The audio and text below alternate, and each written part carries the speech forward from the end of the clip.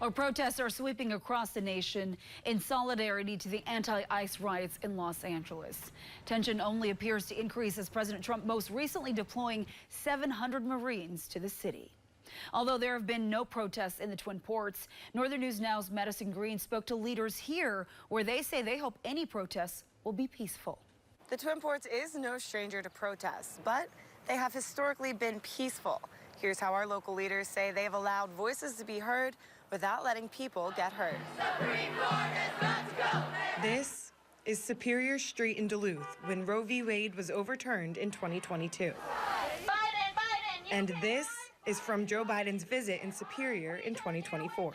In the past, when people have wanted to host protests, we've had very good communication with them. So if a protest is planned in Superior, we would aim to repeat that. Superior Police Chief Paul Winterscheid believes any local protests in response to the LA riots would be peaceful. Sure, our department's always had a very good relationship with the community. According to Winterscheid, the only violence his officers encountered was when assisting the Duluth Police Department in 2020 during the George Floyd protests. But he says DPD resolved that situation.